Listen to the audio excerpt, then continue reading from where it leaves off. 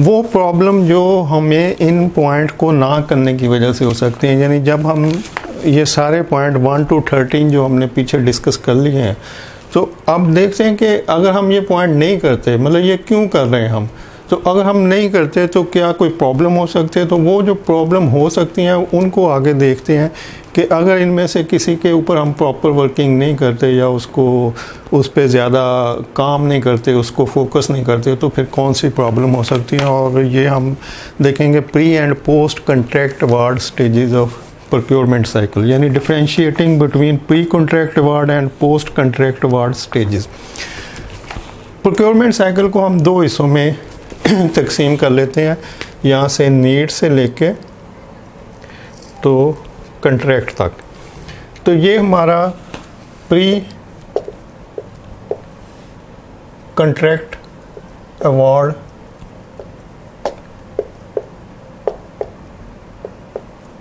Portion है और ये हमारा पोस्ट कॉन्ट्रैक्ट अवार्ड पोर्शन है। तो प्री से हमारा पहला जो कॉन्ट्रैक्ट अवार्ड करने से पहला है, और पोस्ट से बार बार के कॉन्ट्रैक्ट जब आपने इशू कर दिया, पीओ इशू कर दिया, तो फिर कौन सा पोर्शन है। तो प्री में नीड्स आती हैं। आप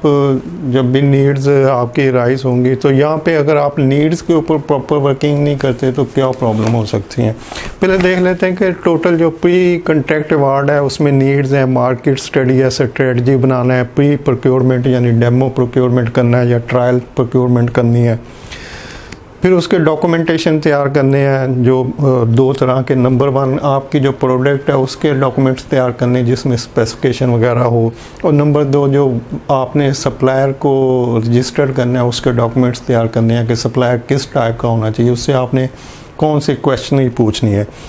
और number 6 supplier selection. Supplier selection आप ने उसका क्या क्राइटेरिया रखना है वो होगा, और साथ में फिर ITT या RFQ के आपने रिक्वेस्ट फॉर कोटेशन पे जाना है या टेंडर के ऊपर जाना है। फिर टेंडर ओपन होगा या कंपैरिजन बनेगा उन RFQ के ऊपर, उसको आप कंपैरिजन करेंगे, प्राइस फाइनल करेंगे और फाइनली कॉन्ट्रैक्ट अवार्ड कर देंगे। तो ये सारा प्रोसेस जो है ये प्री कॉन्ट्रैक्ट अवार्ड का प्रोसेस है। तो अगर हम इस प्रोसेस में दो चीज़ें हैं, मैंने पिछली एक वीडियो में कहा था कि आप सप्लायर सिलेक्शन को स्किप कर सकते हैं, इसको छोड़ सकते हैं अगर आपने टेंडर की तरफ जाना है। तो किसी भी स्टेप को आप छोड़ते हैं अगर, तो उसका इम्पैक्ट कुछ और होगा, लेकिन किसी स्टेप के ऊपर अगर आप प्रॉपर फोकस नहीं करते, उसके ऊपर काम नहीं करते,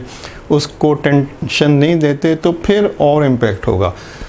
छोड़ने का मकसद है कि ये आपके रिलेटेड नहीं है, तो ये इसकी ज़रूरत नहीं है, तो आप छोड़ देंगे। लेकिन अगर आप उसके ऊपर किसी भी टॉपिक के ऊपर, स्टेप के ऊपर काम प्रॉपर नहीं करते, यानी जितनी ज़रूरत है, यानी इनको समझने की, इनको जो ट्रेनिंग दी जा रही है या बताया जा रहा है या आपको समझने की ज़रूरत है, वो इसलिए है कि अगर आप इस पे फोकस नहीं करते तो फिर क्या प्रॉब्लम हो सकती है।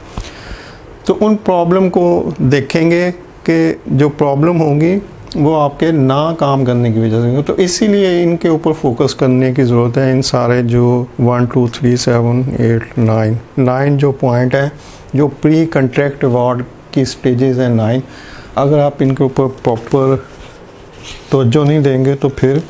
ये प्रॉब्लम हो सकते हैं। Number 1 wrong product supplied. अगर आप नीड्स के ऊपर प्रॉपर तवज्जो नहीं देते, नीड्स के ऊपर काम नहीं करते, एक बंदा ये तो कह देता है कि जी मुझे ये इंस्ट्रूमेंट चाहिए अपने काम करने के लिए, लेकिन उस इंस्ट्रूमेंट की स्पेसिफिकेशन क्या है, उसका साइज़ क्या है, उसका मॉडल क्या है, उसका ईयर क्या है, उसकी कोई स्पेशलिटी है अगर उस इंस्ट्रूमेंट की, वो क्या है, तो वो सारी चीज़ें, उसका कोई ब्रोशर हो सकता है, उसकी कोई कैटलॉग हो सकती है, उसकी कोई सैंपल हो सकता है उसका, या कुछ भी जिससे ये पता चले कि जो बंदे की नीड है वो एग्जैक्टली ये है। अगर आप नीड्स के ऊपर प्रॉपर काम नहीं करेंगे, यानी प्रोक्योरमेंट डिपार्टमेंट एंड यूज़र के साथ नीड्स को डिफाइन नहीं करेगा, तो इसका मतलब कि प्रोक्योरमेंट डिपार्टमेंट कोई भी गलत चीज़ ले लेगा। जो एक्चुअली रिक्वायर्ड ही नहीं है, जो एंड यूज़र की ज़रूरत ही नहीं है। एंड यूज़र कुछ और चाह रहा है, आपने कुछ और प्रोक्योर करके दे दिया, तो इसका मतलब कि आपने जैसे ही कोई गलत चीज़ आएगी, कोई गलत प्रोक्योरमेंट हो जाएगी, तो इसका मतलब कि आपने नीड्स को प्रॉपरली डिफ़ाइन नहीं कर सके, आप नीड्स को अंडरस्टैंड नहीं कर सके कि एंड यूज़र को क्या चाहिए था। तो जितनी भी इस तरह की रॉन्ग ट्रांजैक्शन होती हैं जहाँ पे को प्रोडक्ट स्टोर में जाती है और रिजेक्ट हो जाती है, या एंड यूज़र जब देखता है तो वो कहता है ये तो वो चीज़ ही नहीं जो मैं मांग रहा था, तो उस वक्त आपको समझना चाहिए कि इसका मतलब है कि प्रोक्योरमेंट वालों ने नीड्स के ऊपर प्रॉपर वर्किंग नहीं की और उसकी ज़रूरत कुछ और थी, आपने कुछ और प्रोक्योर कर दिया, तो wastage of money, time, resources, वो सब कुछ, तो nothing achieved, no value addition, no कुछ भी नहीं हुआ ना, सब कुछ ज़ाया हो गया। तो इसलिए नीड्स को अटेंटिवली, वेरी केयरफुली आपको अंडरस्टैंड करना चाहिए, एंड यूज़र से डिस्कशन करनी चाहिए, उससे कोई जो भी इंफॉर्मेशन आपको चाहिए वो लेके तो फिर प्रॉपरली उसको आगे अपने सप्लायर को, वेंडर को फॉरवर्ड करना चाहिए कि हमें ये चीज़ चाहिए।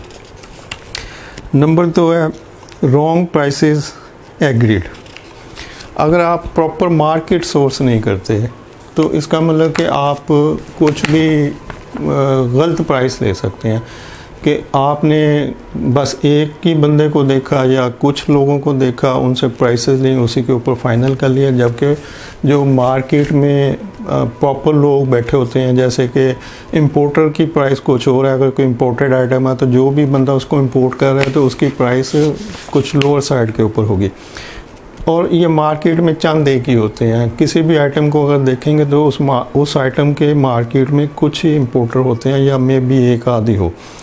उसके बाद जितनी मार्केट में वो चीज़ें पड़ी होती हैं वो उसी इंपोर्टर से लेते हैं और डिस्प्ले में अपने लगा देते हैं और आगे लोगों को सेल करते हैं या सप्लाई करते हैं। तो फिर इंपोर्टर के आगे फिर उसके कुछ रिटेलर होते हैं जहाँ पे वो चीज़ें अवेलेबल होती हैं। तो आप रिटेलर के पास जाते हैं और 1, 2, 3 को देखते हैं, उनके प्राइस लेते हैं और उसी पे फाइनल कर लेते हैं, जबकि जो पीछे उनके इंपोर्टर बैठा था उस तक आपकी रसाई नहीं हो सकी। आपने मार्केट को प्रॉपरली चेक ही नहीं किया कि इसका, अगर ये इंपोर्टेड प्रोडक्ट है तो इसका इंपोर्टर कौन है, और अगर ये लोकल प्रोडक्ट है तो इसका मैन्युफैक्चरर कौन है। अगर कोई भी हाइपर माल में जो नेस्ले का दूध पड़ा है, हलीब का पड़ा है, या कोई भी ब्रांड पड़ा है, तो उस ब्रांड का जो मैन्युफैक्चरर है वो हाइपर माल का प्रोक्योरमेंट डिपार्टमेंट उस ब्रांड के मैन्युफैक्चरर से कांटेक्ट ही ना करे और डिस्ट्रीब्यूटर से जाके कहे कि जी मुझे इतने ये मिल्क पैक चाहिए और इसकी प्राइस बताएं, और प्राइस पे वो वर्किंग करके तो उठा के ले आए, तो बाद में पता लगे कि मैन्युफैक्चरर तो इससे ज़्यादा आपको बेनिफिट दे रहा था, प्राइस कम दे रहा था। तो अगर आप प्रॉपर मार्केट नहीं करते, मार्केट को सोर्स नहीं करते, चेक नहीं करते कितने लोग हैं, किस किस जगह बैठे हैं, तो इसका मतलब कि आप हायर प्राइस के ऊपर कुछ प्रोक्योर कर लेंगे। तो हायर प्राइस प्रोक्योर करना कि आपने मनी वेस्ट कर दी, टाइम, रिसोर्सेज सब कुछ ज़ाया। तो मार्केट को प्रॉपर सोर्स करना चाहिए। तो नंबर 3 है स्ट्रेटजी। टू फ्यू और too many product ordered. Strategy से मराद है कि जब भी आपने प्रोक्योर करना है, अगर आप उसकी प्रॉपर क्वांटिटी, उसकी सीजनल लाइफ, उसकी प्रोडक्ट की लाइफ, इन चीज़ों को प्रॉपर उसके लिए स्ट्रेटजी नहीं बनाते। जैसे कि अगर कोई फूड कंपनी 4 प्रोड्यूस कर रही है, पैक कर रही है, और अचार के लिए उसको जो इंग्रेडिएंट चाहिए, जैसे मैंगो चाहिए, कुछ और चाहिए, या केचप बना रही है तो केचप के लिए उसको टमाटो पेस्ट चाहिए या टमाटो चाहिए, तो अब ये सब चीज़ें एक उसका सीजनल उसकी प्रोडक्शन होती है। तो जो सीज़न होगा वहीं पे उसको प्लान करना पड़ेगा, उसको स्ट्रेटजी बनानी पड़ेगी कि हमारी जो एनुअल रिक्वायरमेंट है वो इतनी है और ये इसका सीज़न है, इस माह से इस माह तक 3, 4, 5 माह का सीज़न है, तो हमने टोटल जो साल की प्रोडक्शन है वो इसी 3, 4 माह के अंदर अंदर सारी प्रोक्योर करनी है। फिर उसकी प्रॉपर जो अगर वो पेरिशेबल आइटम है तो उसके लिए कोई कोल्ड स्टोर अरेंज करना है। अगर वो नॉर्मल कोई प्रोडक्ट है, जैसे कि कोई पोटैटो है तो उसको आप नॉर्मल भी रख सकते हैं, अगर कोई पेरिशेबल है तो उसको टेम्परेचर सेंसिटिव है तो वहाँ पे रख सकते हैं। तो ये सारी जो प्लानिंग है, स्ट्रेटजी आपको बनानी पड़ेगी अपनी प्रोडक्ट के लिए। अगर आप ये स्ट्रेटजी नहीं बनाते तो जैसे उसका सीज़न 3 माह का है और आप एक फ़िक्स नॉर्मल सी क्वांटिटी प्रोक्योर कर लेते हैं कि बाकी 3 माह के बाद मैं और करूँगा, तो 3 माह के बाद आपको वो प्रोडक्ट नहीं मिलेगी। तो या तो आप उस प्रोडक्ट को बहुत ज़्यादा ख़रीद लेंगे तो आपको वेयर हाउसिंग का प्रॉब्लम होगा और पेरिशेबल होगी तो वो डिस्ट्रॉय हो जाएगी, और या आप थोड़ी ख़रीदेंगे तो तब भी वो बाद में नहीं मिलेगी। तो हर किस्म की आइटम, खा वो पेरिशेबल है नहीं है, टेम्परेचर सेंसिटिव है नहीं है, तो आपको उसका एक पूरे साल का जो साइकिल है कि ये साल में किस किस वक्त अवेलेबल है, कहाँ पे उसकी प्राइस कम होती है, कहाँ पे ज़्यादा होती है, कहाँ पर अवेलेबिलिटी है, तो स्टोरेज की क्या क्या कंडीशन हो सकती है, तो ये सब चीज़ों को, ट्रांसपोर्टेशन को, वेयर हाउस मैनेजमेंट को, हर चीज़ को उस प्रोडक्ट के साथ लिंक करके जिस जिस जगह पे वो प्रोडक्ट ने ट्रैवल करना है, उसकी वेयर हाउसिंग होनी है, उसके जो भी उसके रिलेटेड चीज़ें होंगी उन सब को ज़हन में रखना है कि जब मैं बाय करूँगा, जब मैं इसको ट्रांसपोर्ट करूँगा, जब मैं इसको स्टोर करूँगा, जब मैं इसको इशू करूँगा प्रोडक्शन के लिए, तो ये सब चीज़ें यहाँ पे क्या क्या होना चाहिए, क्या क्या ज़रूरत है जो इस प्रोडक्ट को सहूलत दे और ये प्रोडक्ट कॉस्ट इफेक्टिवली हमारे उस टाइम तक चलती रहे जब तक हमने इसकी प्रोडक्शन शेड्यूल की हुई है। तो ये स्ट्रेटजी हर प्रोडक्ट के लिए आपको बनानी पड़ेगी और वन टाइम होती है, ये नहीं कि आपने हर दफ़ा हर प्रोडक्ट की स्ट्रेटजी बनानी है। हम एक प्रोसेस डिस्क्राइब कर रहे हैं। तो जब भी आप किसी नई प्रोडक्ट को पकड़ेंगे तो उसके लिए फिर आप नीड्स डिफाइन करेंगे, मार्केट स्टडी करेंगे, स्ट्रेटजी बनाएंगे, और जब ये चीज़ें सब डेवलप हो जाती हैं तो फिर रिपीट ऑर्डर्स होते हैं या उसी वर्किंग के ऊपर आप कुछ प्लस माइनस करके, कुछ थिंकिंग करके फिर उसको आगे चलाते रहते हैं। तो स्ट्रेटजी भी उतनी ज़रूरी है जितनी बाकी 2 पॉइंट थे। तो अगर गलत स्ट्रेटजी बनेगी तो आप लॉस में जाएंगे। नेक्स्ट है pre procure. Incorrect supply selected. Pre procure से मुराद है कि आप पहले एक ट्रायल कर लें, एक डेमोन्स्ट्रेशन कर लें, जो भी आपने प्रोक्योर करना है वो आप मार्केट से किस तरह से प्रोक्योर कर सकते हैं। जब आप एक डेमो कर लेंगे, एक ट्रायल प्रोक्योरमेंट कर लेंगे, तो आपको उसके नो हो, जो भी उसमें कमी बेशी या जो भी उसमें प्रॉब्लम आ सकते हैं वो सब पता चल जाएंगे। आपको मार्केट के टेक्स्ट पता चल जाएंगे। देखिए, मार्केट में बहुत लोग बैठे होते हैं। आप किसी बाज़ार में जाएंगे तो आपको कई दुकानदार कुछ ना कुछ सेल करते मिलेंगे और हर दुकानदार एक डिफरेंट आइटम लेके बैठा होता है और हर दुकानदार प्रॉफिट कमा के जाता है।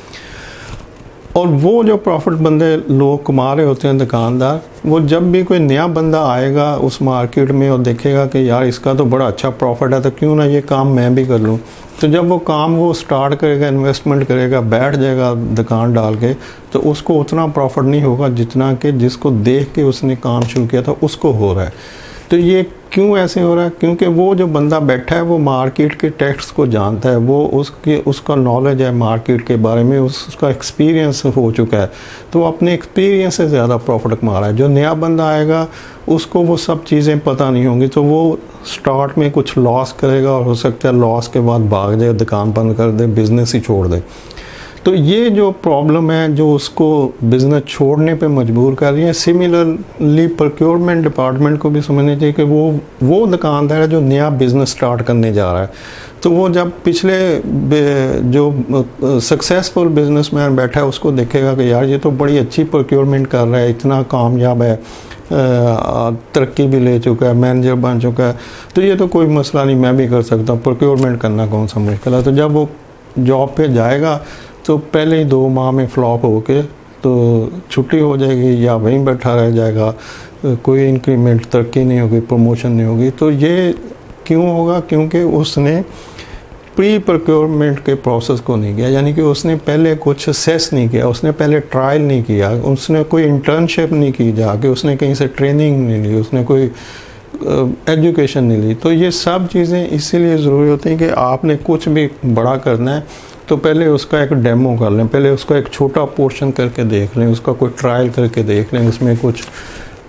ऐसा करके देख लें कि जिससे आपको मार्केट का पूरी का समझ आए, जिसमें आपको प्रोसेस का पूरा समझ आ जाए कि अच्छा ये तो ऐसे होता है, ऐसे होता है। ये चीज़ें तो मुझे पता ही नहीं थी पहले, तो चलो अच्छी बात है कि मैंने एक थोड़ा सा करके देख लिया और मुझे समझ आ गई। तो अब वो जो समझ आई है, उस समझ को फिर आप जब पूरी बल्क बाइंग करेंगे, पूरे प्रोसेस को करेंगे, तो वहाँ पे फिर उस समझ को अप्लाई करते हुए आप एक बेटर डिसीजन ले सकते हैं। तो अगर आप प्री प्रोक्योर नहीं करते तो आप इनकरेक्ट सप्लाईज ले सकते हैं, उसमें कुछ भी गलत हो सकता है, सप्लायर गलत हो सकता है, अनएथिकल सप्लायर हो सकता है जो आपसे फ्रॉड कर दे, पैसे लेके भाग सकता है कि जी मुझे एडवांस दे दें इतनी रकम तो मैं बाद में एडजस्ट कर लूँगा, या इन्फीरियर क्वालिटी आपको सप्लाई कर सकता है क्योंकि आपने पहले उस पर काम ही नहीं किया हुआ, अब आपने एकदम से एक बल्क ऑर्डर सप्लायर को दे दिया। तो कुछ भी इस तरह के प्रॉब्लम हो सकते हैं अगर आप प्री प्रोक्योर का प्रोसेस पहले नहीं करते। नेक्स्ट है डॉक्यूमेंटेशन। डॉक्यूमेंटेशन में लीगल एक्शन कुछ हो सकता है कि अगर आप अपने डॉक्यूमेंट्स में वो तमाम टर्म्स एंड कंडीशन क्लाजेज जो आपकी नीड्स के रिलेटेड हैं और जो आपके सप्लायर की सिलेक्शन के रिलेटेड है, यानी डॉक्यूमेंटेशन में हम बार बार मैं कह रहा हूँ कि दो चीज़ों पे हम फोकस करेंगे। डॉक्यूमेंट्स में फर्स्ट पोर्शन होगा कि हमारी नीड्स की स्पेसिफिकेशन क्या है, जितनी नीड्स क्लियर होगी उतना ही आपकी जो प्रोडक्ट सप्लाई होगी वो एग्जैक्टली उसके बराबर होगी, और जितनी आपकी डॉक्यूमेंटेशन में टर्म्स एंड कंडीशन क्लियर और एक्यूरेट होंगी उतना ही आपको लिटिगेशन में बाद में कम जाना पड़ेगा। आप सप्लायर के साथ आपका कन्फ्लिक्ट कम होगा, आपकी जो लड़ाई झगड़े प्रॉब्लम जो आ सकती हैं सप्लायर के साथ बाद में वो नहीं होंगे। तो आप जो कुछ भी होगा वो क्लियरली लिखा होगा, साइन होगा दोनों पार्टीज़ की तरफ से। तो जो चीज़ें कॉन्ट्रैक्ट में साइन होती हैं, डॉक्यूमेंटेड होती हैं, वहाँ पे फिर डिस्प्यूट कम आते हैं। जब भी कोई प्रॉब्लम आती है तो आप कॉन्ट्रैक्ट निकाल के या पीओ निकाल के उसको दिखा देते हैं कि भाई ये थी, मैंने 10 सप्लाईज मांगी थी 2-2 दिन के इंटरवल से और इतनी क्वांटिटी थी और इस वेयर हाउस में इसको डिस्पैच होना था। तो आपने क्या किया, आपने इंटरवल में ज़्यादा गैप डाल दिया, एक सप्लाई मिस कर दिया, इसमें आपने टाइम को मद्देनज़र नहीं रखा, इसमें ऐसे रखा। तो आपने एज़ पर पीओ या as per contract in supplies को हैंडल नहीं किया, तो मैं अब पेमेंट का ज़िम्मेदार नहीं हुई, आपकी गलती है। तो ये सब चीज़ें उसी वक्त होंगी जब आपके कॉन्ट्रैक्ट में तमाम चीज़ें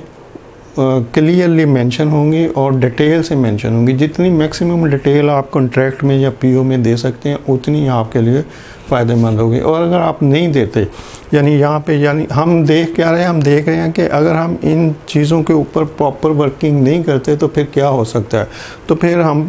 केस में जा सकते हैं, कोर्ट में चला जाएगा वेंडर,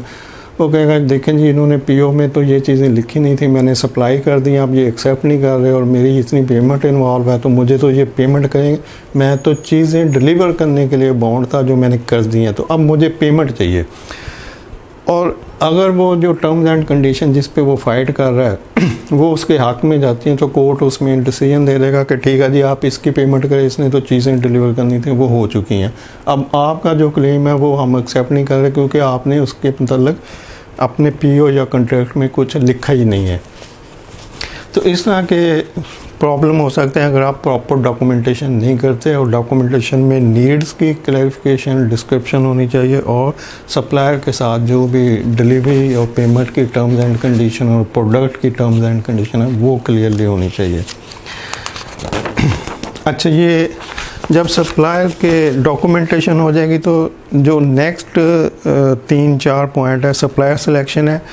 और RFQ है, टेंडर को ओपन करना है या कंपैरिजन को ओपन करना है और पीओ इशू करना है।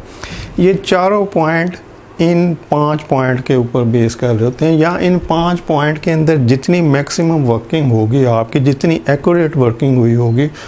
उन्हीं की बेस के ऊपर आपकी सप्लाई सिलेक्शन भी बेस्ट होगी। आपकी जो RFQ है वो फिर कोटेशन बेस होती है तो वो इन्हीं सप्लायर की बेस पे होगी,